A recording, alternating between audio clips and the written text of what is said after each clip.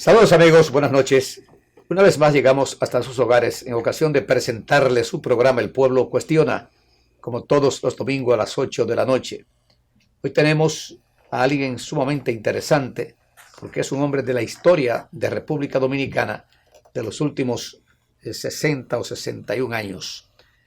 Justamente el pasado día 12, el jueves pasado, se cumplieron 51 años del asesinato, del horrendo asesinato de los palmeros en la autopista de las Américas. Una batalla criminal, desigual, tanques, aviones, todo tipo de armas contra 4 hombres que demostraron realmente la valentía del dominicano cuando quiere defender su ideal. Hemos querido traer al chino Bujosa, José Bujosa Mieses, porque estaba estrechamente ligado a Amaury Germán Aristi, porque la hermana del chino era la esposa del buen amigo Amaury Germán Aristi.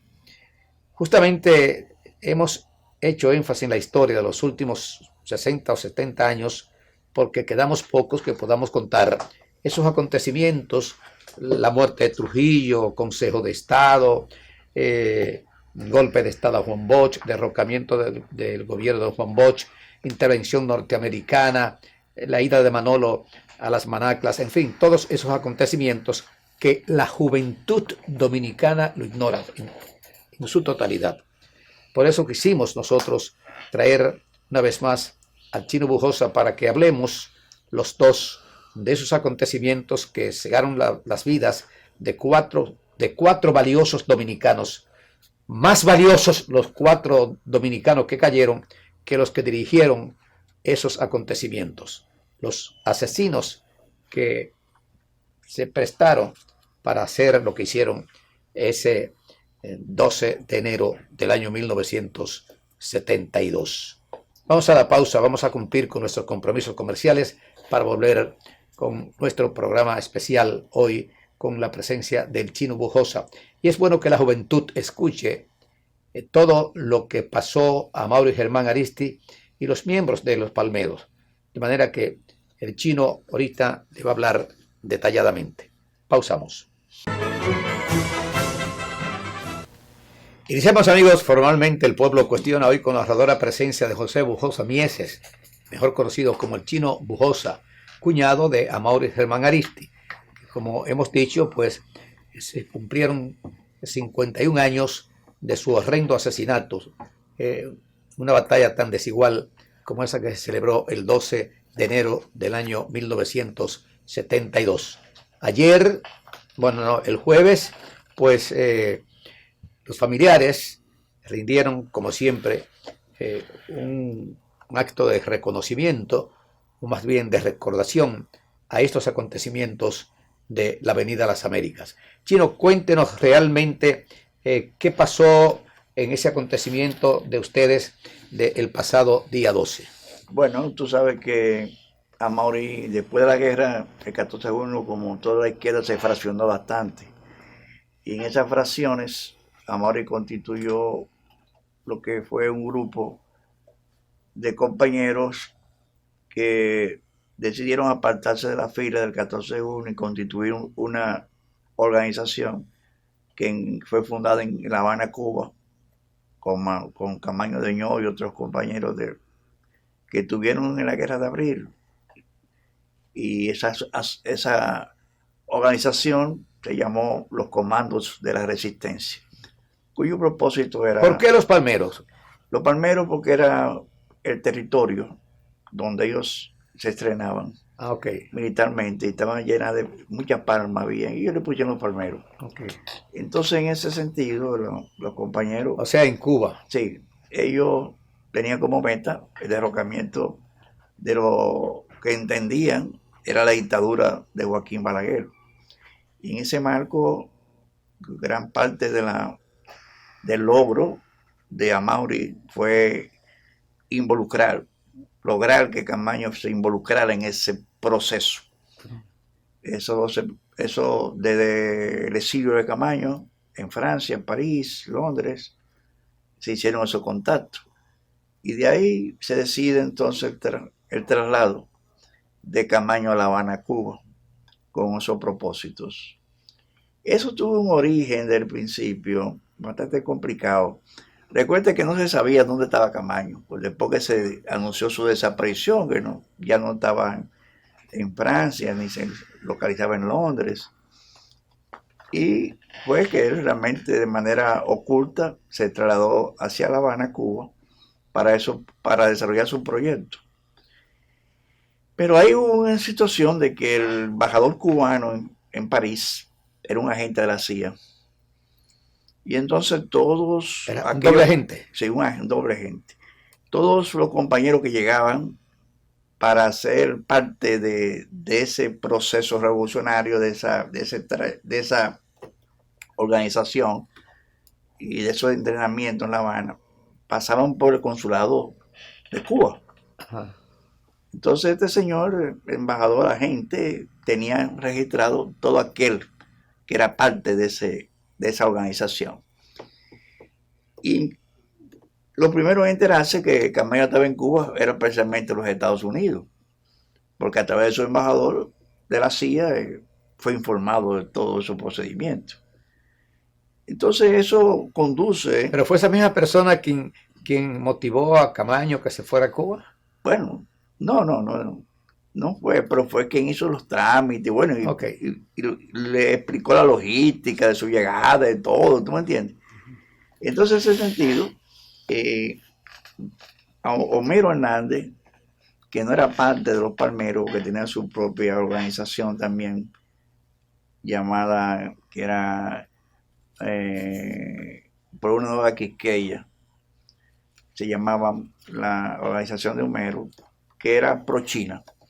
Porque Homero al principio, cuando se fueron algunos compañeros hacia China y La Habana, ahí en Curazao, Homero y Amaury se encontraron, y Homero se fue hacia la China y Amaury hacia Cuba, porque tenían diferentes versiones.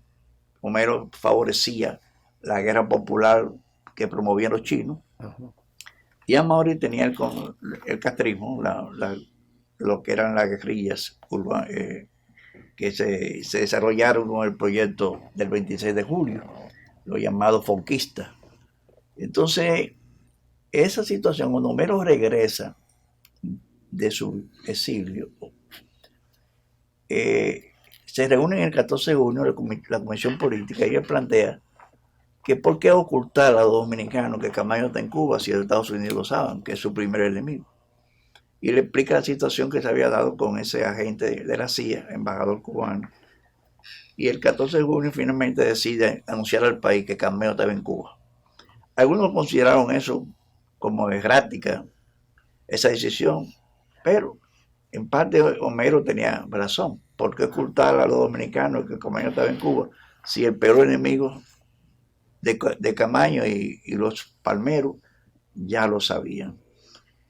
Entonces, ahí se dieron unos acontecimientos. Cuando se fundan los comandos de resistencia, Amaury es el encargado de la avanzada, de crear las condiciones aquí para el regreso del frente guerrillero que venía con Camaño y otros compañeros. En un momento, ese proyecto llegó a reunir hasta más de 80 compañeros, que venían muchos de la guerra, habían hasta PRDistas, habían catorcistas en su mayoría, pero hay una situación... ¿Y usted como cuñado de Amaury no perteneció?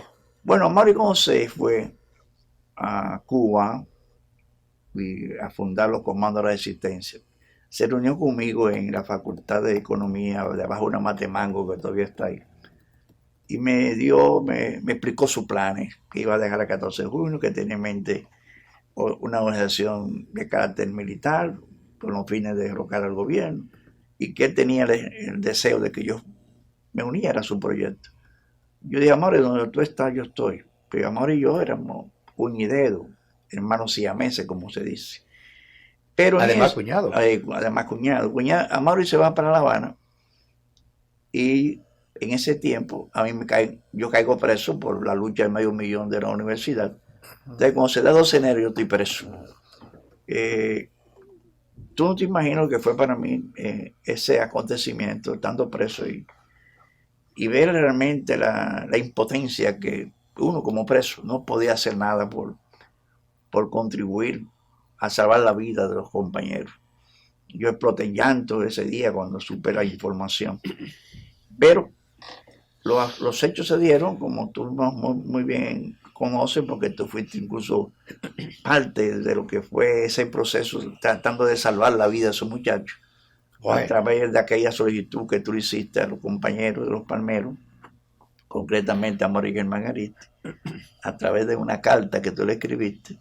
Un llamado a la televisión, y él me envió una carta de 6 páginas. Y él te contestó, tú pidiéndole que se entregaran, que su vida iba a ser garantizada, que había una comisión de alto nivel, encabezada por el nuncio apostólico de la época, el rector de la universidad, Rafael Caseacta, Rafael Molina Morillo, Polanco Brito. Estaba también Virgilio Alcántara, que es el único que está vivo de esa comisión que nosotros formamos para buscar la forma de que ellos se entregaran a la comisión y que la comisión a su vez se le entregara a la policía, pero en televisión. Tú sabes que Amory tenía claramente en su mente de que él no se iba a entregar, porque se habían dado acontecimientos de presos políticos durante el Balaguerato que fueron detenidos, prisioneros y asesinados en las cárceles. Y Amory decía que a él no lo iban a matar en esas condiciones, que él moría con la bota puesta, o sea que él no se iba a entregar. Por eso es la respuesta que él te dio mediante esa carta histórica, donde te explica por qué razón no se iba a entregar, y que hay una frase muy célebre que dice que se refería como que era preferible morir combatiendo antes de entregarse al enemigo. Y dijo algo más, que él iba a probar a Balaguer y a la CIA que no era igual matar revolucionarios presos que revolucionarios armados. Entonces, eso lo dijo en la carta que nos envió. Entonces esa palabra lapidaria de Amory así fue coherente con ella. Porque fuimos parte de una generación que no usábamos la demagogia, lo que creíamos y decíamos era un compromiso sagrado. Era la experiencia vivida con Manolo, que juró en el altar de la patria que si se desconociera la libertad del pueblo dominicano, la voluntad popular. Pero para Manolo no se formó una comisión de alto nivel. No. Simplemente fue un volantito que alguien del triunvirato le dijo que le iban a respetar las vidas a los que estaban con Manolo. Y no fue así. Me refiero en cuanto al compromiso que Manolo hizo frente a su pueblo, y así lo cumplió. Bueno, cuando juró ante el altar de la patria. Y el 14 de junio iba a subir a las montañas de Quiqueya. Que si la oligarquía seguía conspirando contra el gobierno o haciéndole la vida imposible al gobierno de Juan Bosch, el 14 de junio sabía dónde estaban las escarpadas montañas de Quiqueya. Y así lo cumplió. Entonces, y mira que hubo mucha... Eso fue el 14 de junio del 62. Hubo muchas personas que hablaron 63. Hablaron con Manolo para que desistiera, que él no debía subir a la montaña, que tal. Pero no, él decía que él entendía que si no cumplía con ese compromiso, el pueblo lo iba a ver como un farsante, algo así. Entonces él, coherente, o sea, porque era un político coherente. Yo a veces oigo aquí, en estos políticos de hoy, decir, si se me demuestra tal cosa, yo hasta renuncio de la política. Sí. Pero se demuestra lo que ellos no quieren que se demuestre y siguen en la política. Bien, pausamos, amigos, por unos cuantos segundos para cumplir con nuestros compromisos comerciales.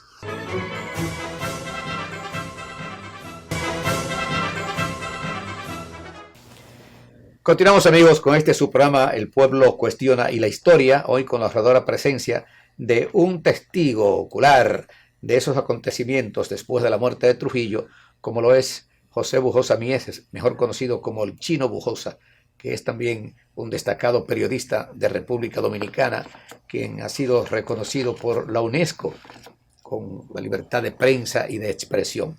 Continúe. Bueno, entonces regresa Amaury con el compromiso de constituir lo que es la avanzada del proyecto camañista, y comienzan ellos a hacer sus trabajos de logística y seguridad, y en eso ellos logran ubicarse en una vivienda en el kilómetro 15 y medio de la autopista Las Américas, entrando por la marginal, muy estratégica para sus fines. Era eso, por ahí era todo un monte. Había una cueva, algo de eso. Un monte, cuevas y cosas. Y ahí instalan los comandos de la resistencia. Pero se da un caso de una incomunicación increíble entre los que estaban en Cuba, encabezados por Camaño, y los que estaban aquí, de la avanzada. Ajá. Se pasó como un año que no había comunicación. ¿Estaban rotas las relaciones entre Camaño y Amaury? Bueno, no rotas, pero hubo personas, traidores, que trataron de confundir a Camaño, llegando incluso a confundirlo en cierto sentido, diciéndole una serie de calumnias, desinformaciones sobre lo que estaban haciendo los compañeros aquí. Entre esas personas está uno llamado Billo Gómez Sualdí, que por una serie de acciones individualistas que él hizo aquí, personales, Amaury decidió enviarlo a Cuba para que se integrara ya al grupo de guerrilleros que se están preparando para la guerrilla. Pero este tipo se sintió como que Amaury lo había sancionado con eso. Y lo que hizo fue enemistar, en cierto sentido, a Camaño de Amaury, diciendo una serie de chismes, de mentiras, inclusive llegando a decir que uno de los compañeros era un agente de la CIA y todo ese tipo de cosas. Entonces eso trajo realmente mucho disgusto, porque Amaury tenía su propio liderazgo y muchos compañeros que seguían a Amaury dentro de ese grupo de 80 y pico comenzaron a sentirse mal cuando vieron, de hecho, que Camaño como que se distanciaba de Amaury en ese sentido, y comenzaron ellos a cuestionar a Camaño, y ahí comenzó un desprendimiento.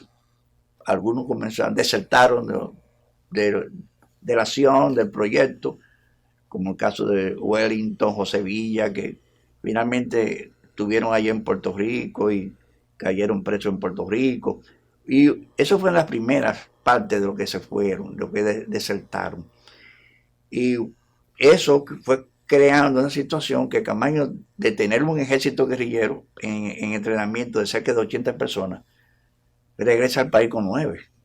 Ya tú puedes saber que claro, la situación que había, porque Camaño nunca llegó de ser un militar. Independientemente de su avance político, ideológico, pero su formación militar nunca la perdió, y estaba bregando con un grupo de jóvenes civiles, combatientes civiles, claro, que no tenían la misma disciplina. Entonces muchos de esos combatientes no se sentían a gusto con sus decisiones, con sus mandatos, lo consideraban represivo, lo consideraban impositivo, y eso fue creando también cierto disgusto. Entonces cuando está aquí los compañeros, al producirse esa situación de incomunicación, tienen que tomar decisiones porque su vida estaba muy en peligro, ya que la policía, el servicio secreto, la CIA, había desatado una persecución terrible contra ellos. Recuerda aquel intento de asalto, de asesinato a Amaury que se produjo en el INVI, que él enfrentó a la policía. Cuando ve que está cercado, toma su ametrallador y dice a Sagrada, su Thompson, retírense, váyanse en retirada, que yo no me voy a entregar, yo voy a enfrentar esta situación. Y le cae a rafagazo a la patrulla y hiere a uno de ellos, a Chichibolón, que dicen que gritaba como un chivo. Y los demás se huyeron ante esa respuesta de Amaury. Pero en su retirada, Amaury también es herido, porque ellos tiraron cientos y cientos de disparos a esa casa que la convirtieron en un guayo. Y uno de esos disparos alcanzó a Mauri en un muslo. Eso, que se salvó de milagro. Claro, eso tuvo a Mauri la asistencia en su retirada, conjuntamente con mi hermana, de encontrar una familia amiga que le prestó los primeros auxilios y lo trasladaron a la calle Hostos, donde las hermanas Lember, de Lember Peguero, las hijas de Lember Peguero, Sí. que una de ellas estaba casada con un médico. Las hijas y las hermanas de Lember Peguero. Y ese médico le prestó la segunda asistencia médica a Mauri. Pero su consejo fue que había que rápidamente intervenirlo porque estaba desangrando. Me cuenta Sagrada que el carro donde ella los trasladó estaba el asiento de atrás lleno de sangre. Y entonces se logra a un médico amigo también que lo asista desde ese punto de vista. Y bueno, superado a Mauri de esas heridas ocasionadas por ese disparo, continúa con su proyecto. Pero entonces se presenta la necesidad de que hay que buscar recursos. Y dentro de esos recursos había que mandar compañeros a Cuba para hablar con Camaño a ver qué estaba pasando, porque no había comunicación. Y ahí se decide, lamentablemente, la acción esta del banco. Que los recursos eran para ese proyecto, no era para fines personales, era para ese proyecto. Así mismo lo reconoció Aníbal Ceja cuando se refería después de la caída de los compañeros, que decía que pelearon como gallos y dijo que ese dinero, ellos tenían constancia, la policía, de que no fue utilizado con fines personales, sino para sus proyectos revolucionarios. Bueno, entonces se da esa situación y ahí es donde grandemente más se intensifica la persecución contra los palmeros. Ahí, como te digo, un 12 de enero, esa casa es localizada, ese escondite. Fue delatado. Dicen, no fue una delación, sino un seguimiento, un descuido en la seguridad. Okay. Había un compañero que era de la logística, César Félix, que era que lo abastecía a los compañeros de alimentos y todo eso. Y la policía en su búsqueda, según se ha dicho, buscó las empresas de alquiler de vivienda, de casa y cosas, y pudo localizar que un señor llamado César Félix había alquilado una residencia por aquí, por el kilómetro 15 y medio. Investigan a César Félix, ven sus vínculos revolucionarios y sus propios ingresos y entienden que una persona como esa no tenía los recursos para alquilar ese tipo de vivienda. Ahí comienza la investigación. Le dan un seguimiento a César Félix, que tenía una vida normal, a pesar de sus responsabilidades. Y en una compra que César Félix hace en el supermercado, un supermercado importante de aquí, bastante abundante de alimentos, la policía lo sigue después que hace la compra y ve que él toma la dirección del este, cruza el puente, lo siguen, sí se mete por ese camino vecinal donde estaba la residencia. Ese primer contacto de la policía para buscar, tener la seguridad de que ahí estaban los palmeros en esa casa, no se ejecuta de una vez su allanamiento, y no ellos siguen todavía dándole seguimiento. Para reconfirmar que eran ellos que estaban ahí. Y recuerdo que estando yo preso con César Félix, después de esos acontecimientos, en la cárcel de La Victoria, yo el de seguridad, que era jefe de seguridad, el Cholo, le decían el Cholo. Este tipo va de César Félix y lo ve en la celda, lo llama y dice: César Félix, ¿tú te acuerdas aquel día que tú ibas por aquel camino vecinal y viste a un señor picando piedra con un sombrero de paja, de esos sombreros anchos? Y tú me pediste que quería pasar y yo retiré la piedra y tú pasaste Y yo, sí, yo recuerdo, ese era yo que estaba ahí. O sea que ellos ya, para reconfirmar que Claro. ahí estaban los compañeros, siguió ese operativo. Y a mí no se lo reveló. Entonces se da el 12 de enero, será el allanamiento a horas tempranas, 5 y a las 6 de la mañana. Ellos tenían los compañeros que pernotaban en esa casa formando. Había una cueva como a 500 metros de la casa y ellos, sabiendo que en cualquier momento podían ser descubiertos, ellos lo que hacían que dos pernotaban en la cueva, hacían servicio en la cueva, Ajá. mientras dos dormían en la casa. Entonces a ciertas horas cambiaban, como hacen los militares, Sí. cambiaban de servicio. Entonces cuando vienen de retirada Ulises y la Chuta el 12 de enero y entran en la cueva, dejan en la cueva a Mauri y a Virgilio, al llegar a la casa, ahí son emboscados. No se habían pernotado, no se habían dado cuenta que estaban cercados, que la vivienda ya estaba cercada. Y ahí, sin mediar palabras ni nada, simplemente lo ametrallaron. Sus cuerpos fueron hasta quemados dentro de la propia residencia. Eso fue temprano, hora de la mañana. Tempranito, los cayeron primero. Los disparos lo escuchan los muchachos de la cueva, Mauri y Virgilio, y se ponen en posición de combate. Y ahí se inicia todo ese proceso, porque cuando la policía entonces entra a la casa, se da cuenta que ahí vivían no solamente la Chuta y Ulises, porque encontraron muchos pertrechos militares, armamento y todo ese tipo de cosas, botas militares. Yo no, pero aquí hay más gente.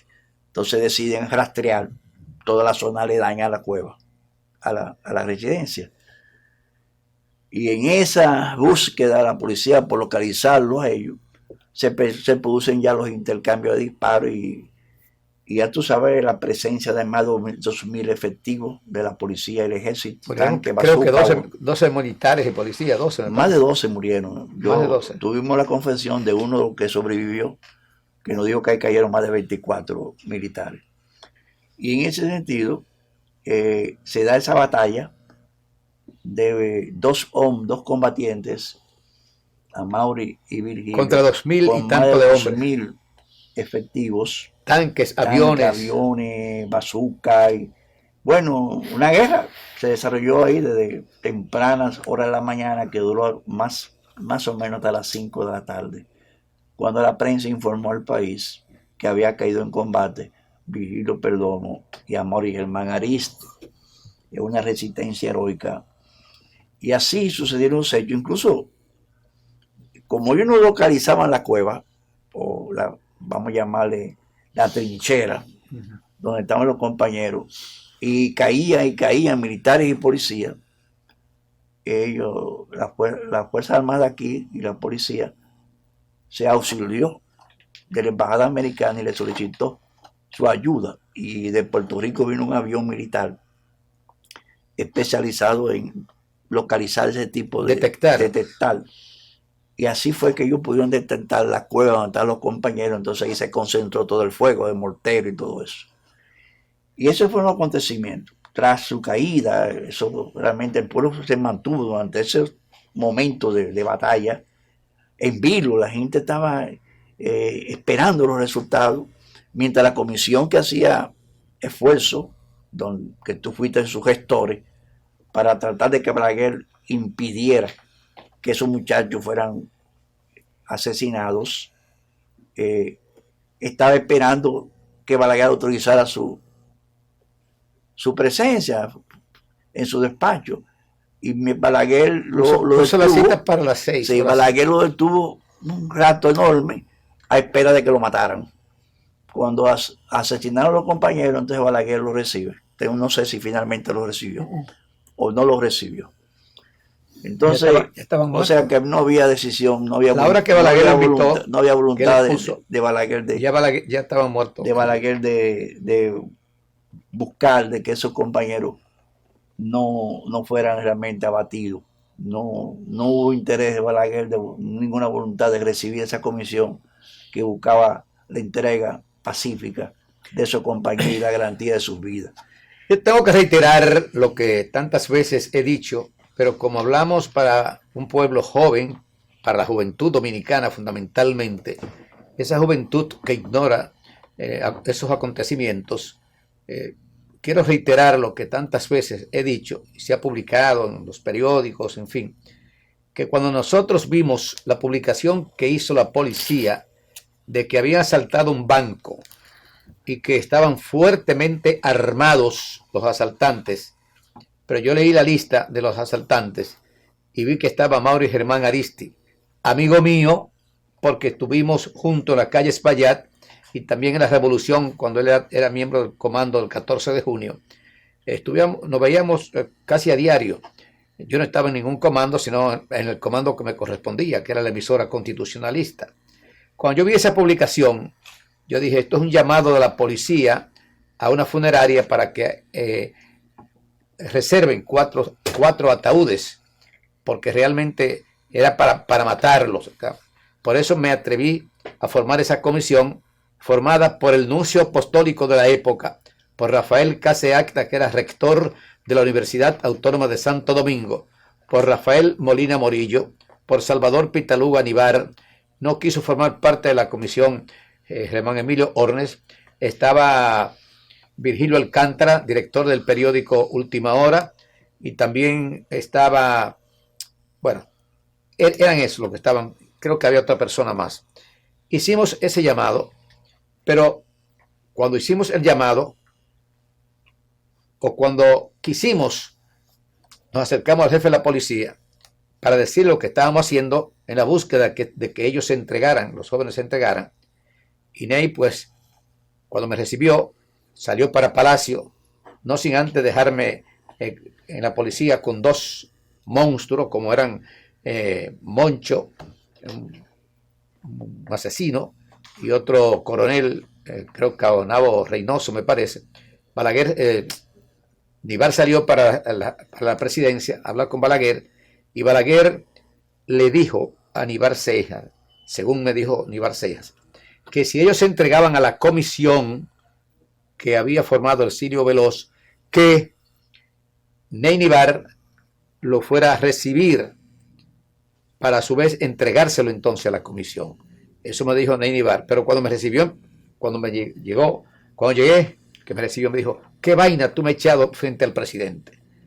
Porque parece que ya había deseo, más bien más que deseo, un interés de eliminarlos. Por eso la palabra de qué vaina tú me has echado con el presidente. Con esto no quiero decir que Balaguer sabía o no sabía de lo que se estaba fraguando con respecto a las vidas de estos valiosísimos jóvenes dominicanos. Y hay que decir que los que tuvieron que ver con esos asesinatos, esas 4 figuras dominicanas, los que asesinaron a Amaury y a sus compañeros, ya nadie habla de ellos. Es más, la gente ni sabe quiénes fueron los que dirigieron esa operación. Sin embargo, la historia ha recogido el acontecimiento como uno de los más heroicos acontecimientos históricos de los últimos tiempos en República Dominicana.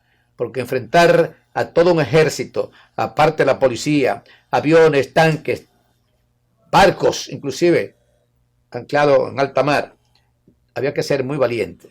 Entonces ya nadie habla, absolutamente nadie, de los cobardes generales que fueron a asesinar a estos 4 jóvenes. Sin embargo, todo el mundo se recuerda que el 12 de enero del año 1972 asesinaron de la manera más vil y cobarde a esos 4 dominicanos, encabezados por Amaury Germán Aristi, que valía más, para mí, valía más que la mayoría de los que fueron a dirigir ese operativo. Pausamos.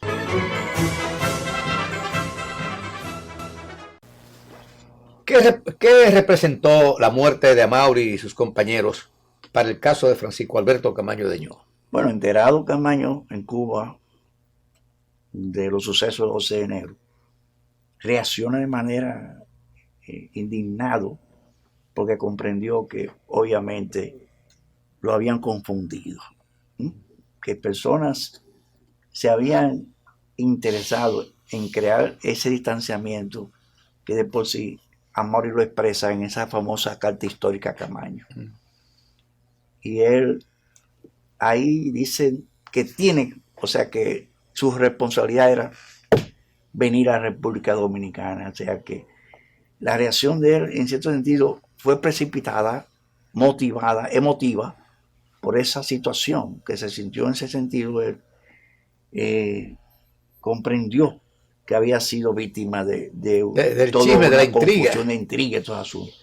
Y ahí entonces le exige el grupo al gobierno cubano que ellos tienen que regresar a Santo Domingo. Pero los cubanos que habían ya, se había dado el acontecimiento del Che en Bolivia, Sí. ya habían desistido en cierto sentido. No, y también lo de Khrushchev y, Ajá. y- Habían y desistido Kennedy, de ese proyecto ya. de no exportar la Y en ese revolución. sentido no estaban, y le habían aconsejado a Camaño que era una aventura, que era realmente un fracaso venir en esas condiciones que él estaba, regresar a Santo Domingo, porque apenas eran 9 hombres que él tenía allá.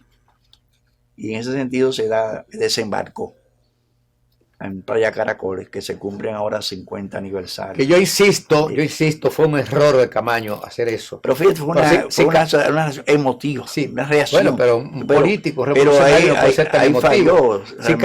Si Camaño renuncia a su rango militar y renuncia a su representación ante Londres, Inglaterra, como delegado militar, y renuncia y viene al aeropuerto internacional de las Américas con traje negro, un hombre apuesto, medio pueblo iba a recibirlo. Eso se lo planteó Juan Bosch, que esa debió ser. Y no venir con 9 hombres a buscar, a ir a un lugar que nunca habían pisado una montaña, porque creo que no conocían. Bueno, pero se entrenaron en montaña. En sí, Cuba, pero no conocían dónde estaban llegando aquí. Eran muchachos prestos, todos eran prestos para el combate realmente. Y en ese sentido se da ese acontecimiento de Caracoles y conocemos lo que pasó en Caracoles. Camaño es prisionero y estando prisionero es fusilado. Dicen que un compadre del general fue quien lo mató. Porque cuando Camaño está preso, que creo que estaba herido en una pierna, no sé, le dijo, compadre, dice, aquí no hay compadrazgo. Aquí no hay compadrazgo. Supuestamente le dijo, es la patria que está en peligro, algo así. Entonces se creó también una situación de dónde están sus restos, porque no se le entregaron a sus familiares ni nada. Y bueno, en versiones de algunos de los generales participantes en la ejecución a Camaño, como el general que le decían Tejada. Tejada, sí. Ese que era tío de José Tejada Gómez, el periodista. Ah, sí.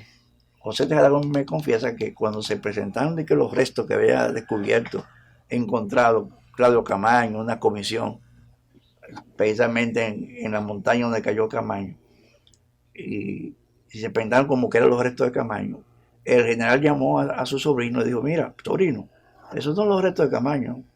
Camaño fue fusilado y quemado, tirado en el mar, y sus restos llevados a San Isidro, y de ahí se decidió tirarlo al mar. Esa es la versión de ese general participante en la ejecución de Camaño.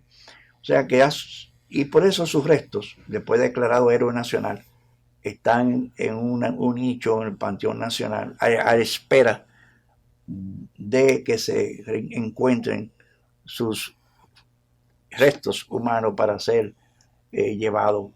Pero si fueron quemados, tirados al mar, no se van a encontrar. No.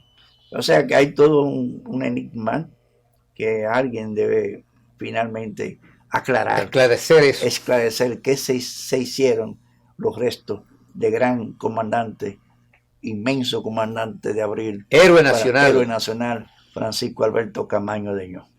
Los que tuvimos cerca de él en la revolución de 1965, el caso nuestro, que no éramos muy amigos de Camaño antes de la revolución, porque comandó la policía Los Cascos Blancos. Pero en el caso mío, y lo digo con mucha satisfacción, que lo veía todas las noches, porque mi horario en la radio era de 10 a 12 de la noche y de 6 a 8 de la mañana. Camaño muchas veces, en la patrulla que hacía, en los retreos que tenía, iba a la emisora a hablar con nosotros ahí. Es decir, para mí, la muerte de Camaño, como la muerte de Manolo Tavares Justo, fueron para mí 2 golpes que nunca lo he podido olvidar, porque a los dos lo traté, los conocí y sabía que estaban preñados de la mejor buena fe para con el pueblo dominicano. Yo quería concluir, decirte que tú dijiste que poca gente ya habla de ese acontecimiento, recuerda a esos héroes. Pero no, en cierto sentido hay una fundación, la Fundación Amaury Germán Arisти, que tiene 50 años, 51 años, insistiendo. No, yo hablé de que no recuerdan a los que lo mataron, a los matadores, a los asesinos. Hemos luchado por mantener vigente esa memoria, ese legado. ¿Quién dirige esa fundación? Ayer precisamente, el día pasado, el día 12 pasado, se hizo un gran homenaje, un gran acto en el monumento que la fundación logró que se construyera y en la cueva donde cayeron los compañeros.